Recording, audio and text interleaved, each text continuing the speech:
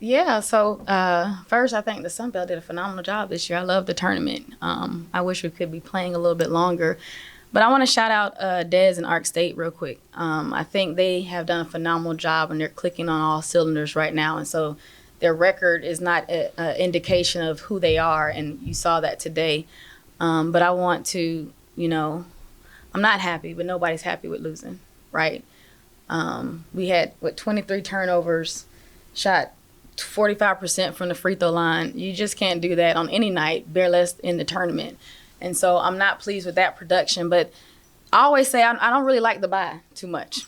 Arc State was game ready, and we were kind of rusty. It's not playing in this arena, and it showed in the first quarter. They went 27-14, and then we finally woke up in the second half, but it was a little too late. But I have Taya Gibson here. She's my senior captain. One of my longest recruits. She was with me at my last school and came to this school and played for me here. And she left it all on the floor. And I think our team left it all on the floor tonight, as bad as we played, and to go into overtime and to lose by single digits. How we played, we should have gotten blown out. And that's just an indication of just how good we can be. But this is Arkansas State's moment. I want to give thanks to God. He's the head of my life. I said, win or lose, I was always going to thank him. And I was singing a song coming up here saying he's an on-time God. So this was not our moment, but I was pleased to be able to experience the moment. Okay, we'll open up for questions. Go ahead. Patrick Bernardo, Pensacola News Journal. Tie ball game there at the end of regulation. Just kind of take us through that sequence. What was the play that was drawn up? Wasn't the play that you saw. I tell you that. We wanted to get something. We didn't need the three. We wanted to get something going downhill, put the onus on the refs to either make a call or us finish strong at the basket. But, we talk about our turnovers. We just fumbled the ball a lot tonight. And so we didn't get what we wanted to get down the stretch. And I still felt good about our chances going into overtime. But the momentum was going towards Arkansas State's way. Iggy Higginbottom, she did what she does and stepped up big for them. One of our best players, Taryn Ward, hurt her hand a little bit. And so we just really didn't gel in the right time. And so, going into overtime, I still felt good about our chances, but the ball didn't bounce our way today. Yeah, go ahead. That's the second one. Obviously, things weren't going your way with the sluggish first half, but you guys dominated on the boards. That was particularly, that was partially a product of the zone. But what do you think were attributed to that success on the boards? And this is for both you guys. You want to take it? Yeah. I know my role, so I like to rebound, I like to score, and I just tried to take the opportunity to rebound for offense and defense to get us going. Obviously the O boards gives us the more momentum, and it helps us out. But that's one of our staples. We like to rebound, we like to run, and we like to defend. So that's like everything day. Yeah, when you look at the 27 offensive rebounds we had, you would have thought we won the game with 27 offensive rebounds, but we just couldn't hit nothing. So we couldn't hit nothing, but we battled, and that does show you that we battled down the stretch. And so, hats off to Ark State's defense. It made it difficult for us at times, but our shots wasn't falling. This is not a typical Georgia Southern field goal percentage shooting night, and definitely not our. For the game, we shot 41% from the three, but our three-point shooters weren't even hitting, today. And so we were kind of caught off guard. And once our offense wasn't clicking, I was pretty pleased at our defensive efforts because we held them to a 9-point quarter in the second. But, when you're not hitting shots, turn the ball over, and you shoot 11 for 24 from free throw, you're not going to win many games. And so for us to be in the game, even going to overtime, I'm pretty pleased with our camp. Taya, career high tonight, your third double-double in the tournament. What is it about this time of year that gets you playing? I told Coach, I've never won anything, I've never, held a trophy. I've never had a ring. I've never had that championship moment. So every year coming into the tournament, my end goal is to go to the championship, and not just to go, but to win. Tournament Taya, it's a different, like, it's the different mindset. I tried to turn it on earlier in the year because preseason is just as important as postseason, but I don't know what it is about tournament. It just gets my blood flowing, ice in my veins.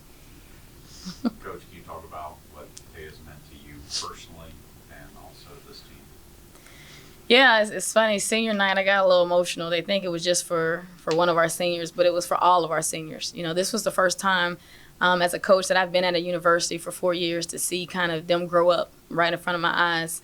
And so, I recruited Taya as a freshman, and she's played with me for 4 years now. And, just to see her maturity over the years, what she did with me at Columbus State, and now what she did for me at Georgia Southern, I mean, it's a 360. When you talk about, life after basketball, this young lady has stepped up in huge leadership ways for our program on and off the court.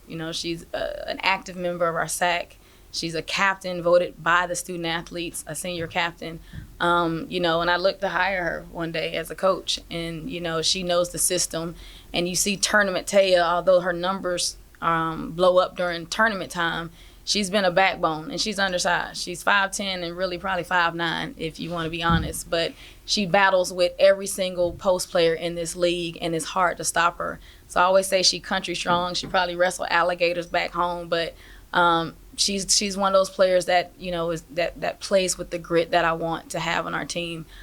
She's helped me build this program, this culture here at Georgia Southern, and I'm gonna miss her. I don't know if there's another COVID year, but I would love to have her back. But I mean, she's left her mark on our program, and I think the team would say, we all love Taya because she's gonna tell it just like it is, and she doesn't care if she hurts feelings, and that's what a true competitor does. Yeah, I got one here from Zoom for Taya. Absolutely gutty double there. Talk a little bit about, this experience and what Georgia Southern has meant to you. Georgia Southern means like everything to me. Going back, thinking about the transition from D2 to D1, I still am amazed because I feel like I'm not supposed to be here, and I feel like other people look at me and they probably think like, why? How is she even here? So I take the experiences and I just take them all in. Georgia Southern has become a family to me. Not just basketball, but even the resources, our trainers, our admin, everyone has become, like family for me. So it's just, you want to play for the team and you want to play for the coach, but I also want to play for them, make memories with them. I love it here. I wish I had a COVID year. I really do wish I have a COVID year, but maybe we can get a waiver or something. I don't know, but it's been You're done. Just it's been an experience. It's been an experience, and I love it. I love you too. All right, Coach, I got one here for you. I know not the result that you wanted tonight, but first 20-win season in 20 years for the program. Talk a little bit about the team and what this year kind of meant to you all as a whole. Yeah, I'm gonna sound a little cocky, but I really don't care. That's the standard. That's my standard. It's a standard of excellence that I'm not willing to go beneath it. Since I've been here, we've been blessed to kind of just move the needle up every year, going from 18 games last year to 20 games this year, and that's what that's what I was brought here to do, to help raise the profile. When you look at Georgia Southern athletics, just about every sport is known, and I wanted women's basketball to be one of those sports where we wasn't just on the schedule as a win.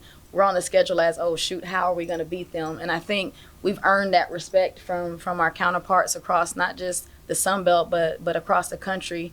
And beating Auburn last year, we've done a lot for this program, and we love putting Georgia Southern on the map outside of our football team or baseball team or golf team. And I want that respect, and I think that's the standard. And so it's who I am, it's who my mama raised me to be. And so although we lost early, trust and believe we're going to be back, we're going to be better, And it's just fueling me for that next year.